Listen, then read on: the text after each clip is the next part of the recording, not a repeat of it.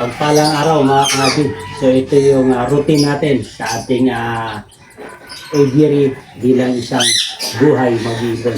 So 7 o'clock, so start na tayo ng ating routine na magpapakain ng ating mga ibon. So let's go. So kahabi, routine natin. Yung binabad natin kahapon. So ang gamit ko dito mga kahapi, yung pliers, yung pwedeng pang manok at yung pwede ring pang kalapate. So binababad ko siya 24 hours para lumambot siya para sa pagkain. Lalagay din tayo ng vitamin mga kahabi. So, ang gamit ko is Bitmin Pro. So isang galon na tubig ay doon ko hinahalo yung powder na Bitmin Pro. So magkakulay lang ay pwede na po yan. Tapos yung binabad natin ay hinahalo ko naman doon sa mga nagayat natin na mga gulay at prutas. So yun ang pagkain nila ngayong umaga. So yun ang simula ng ating daily routine. So pag na-prepare na natin ay pupunta na tayo doon sa unang aviary natin.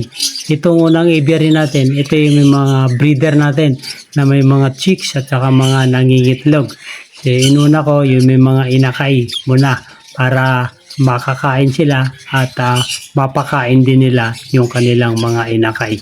So yun yung una nating pinupuntahan sa daily natin routine. At nagbibigay din ako ng chick booster mga kahabi sa kanilang pagkain.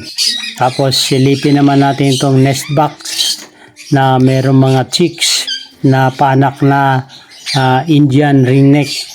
So ito, meron tayong tatlong malulusog na albino. So ang parents nito mga kahabi ay yung hen ay albino, yung male ay gray pallid. So tuloy-tuloy tayo sa pagpapakain sa ating morning routine ng ating mga Indian ringneck. So itong sa aviary ito, lahat ito ay may inakay, may mga chicks at may mga nangingitlog. So ito yung first aviary ko. So ito yung unang mga breeder natin na nagbigay sa atin ng mga breeders. So may mga inakay sila sa loob. Ito naglilimlim. Kaya puro isa lang yung ating nakikita. So ito yung ating first aviary. Sayang yung blue, hindi nakapag-clutch.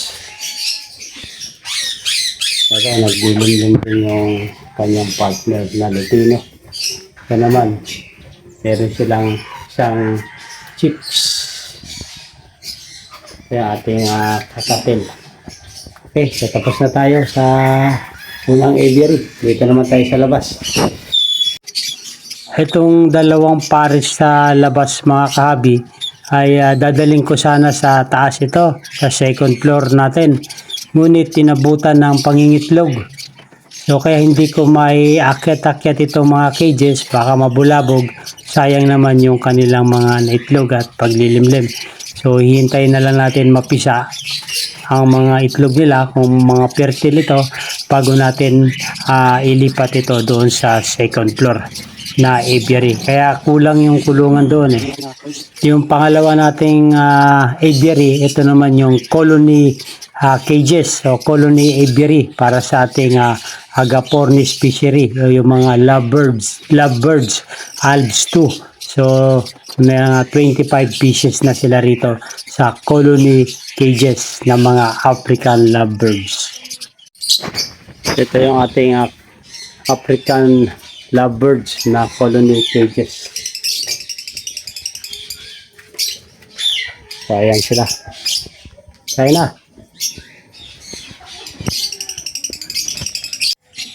So nagsimula lang ito sa 4 na pares. So 8 na piraso. So yun, after 2 years ay 25 na sila. Bukod pa dun sa mga mortalities natin.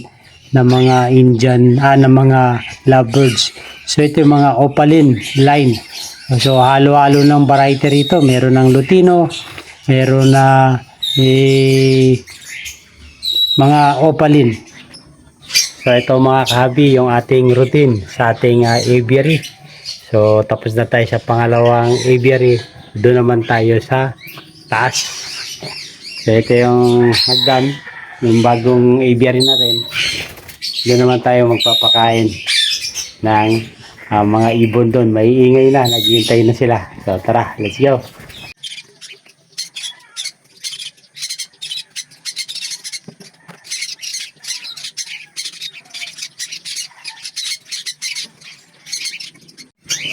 So ito yung second floor aviary natin. So ito natin. So napakaganda ng ano rito kahabi, oh. Ganda ng sikat ng araw. Dahil yung bukang liwayway ay dito nakatuon sa ating aviary. Kaya maganda tong vitamin para sa kanila. So ito yung ating aviary, oh. Kasi sikatan ng araw. Maganda para sa mga ibon natin. Yan. Ito yung second floor aviary natin. So ito yung mga papakainin natin.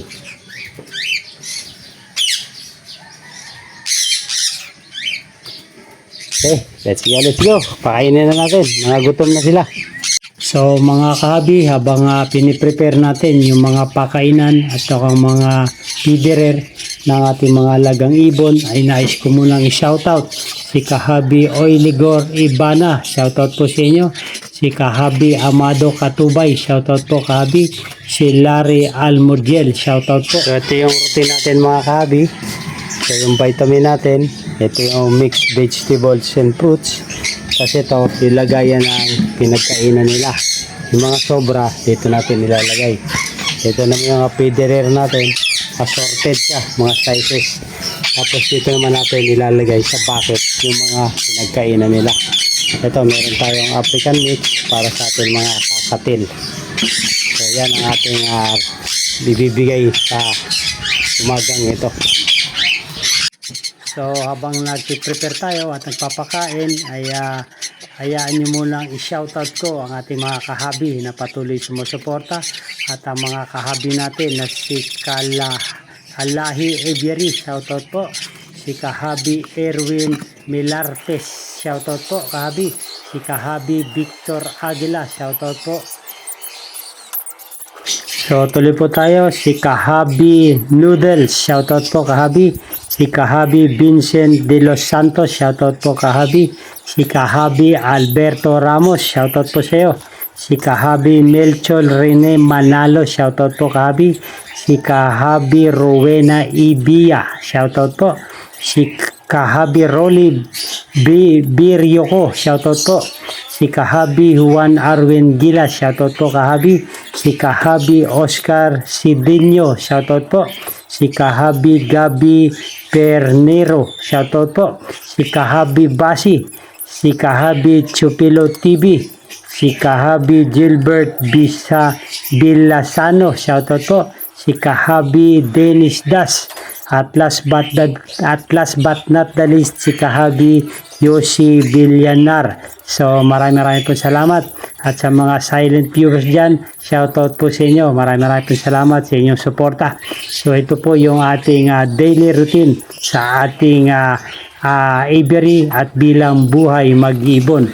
So yun po, nung natapos na tayo magpakain, ay walisan naman natin ng konti lang muna. Hindi pa to general cleaning. So walisan lang natin yung mga natapon na mga pagkain sa sahig. So hindi pa tayo naglilinis ng poop tray. So i-schedule natin.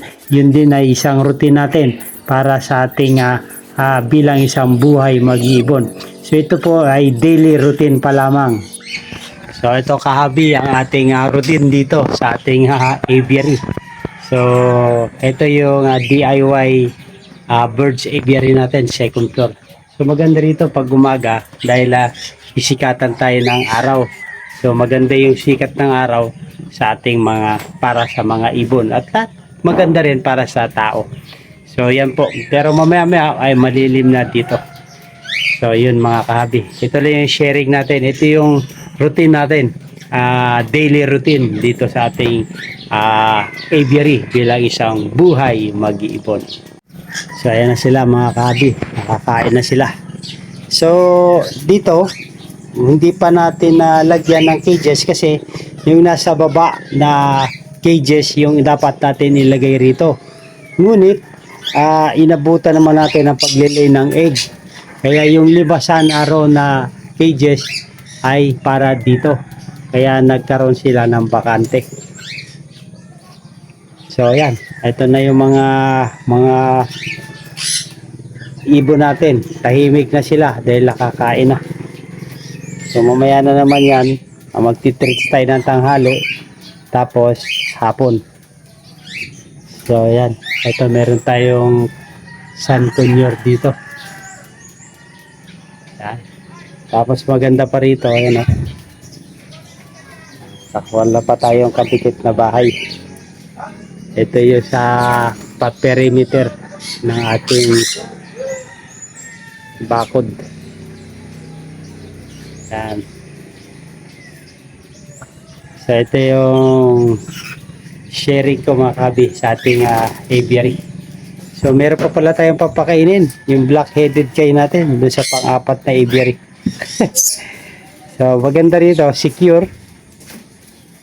Yan. Tapos ito yung ating stair. Ito yung ating bakuran. Ayan, sana ma-avail natin to. God's will, oh. Yung maganda maglagay dyan, oh. Maganda rito mga kabi dahil wala pa tayong ganong kapitbahay. So kung ma-avail natin to, God's will, prepare natin to para dito na tayo magtayo ng panibagong aviary. Yan, ito Madre de Agua, oh.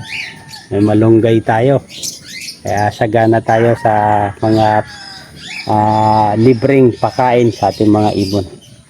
So yung mga kabi, kung nagustuhan nito, please subscribe my YouTube channel, Olen Aviary at iba pa. Ito yung daily routine natin sa ating aviary bilang isang buhay mag-iipon. So mga kahabi, ito yung ating pang-apat na aviary. So ang nakalagay naman natin dito ay black-headed kay. Dating itong colony cages ng Indian ringneck, ngunit hindi successful dahil hindi pala maganda ang colony cages. Ating black-headed kay parrot. Enjoy your meal. Ayun yung partner niya. Ayan, tapos na tayo sa ating routine. Mamaya naman na uli. May vitamins yung ano nila, Vitamin Pro, gamit kong vitamins. Ayan na, lumapit na yung isa. Kain na.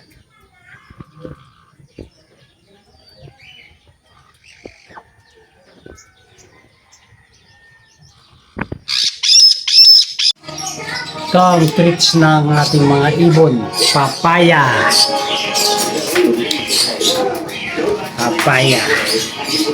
Yan, mag-alas 12 na.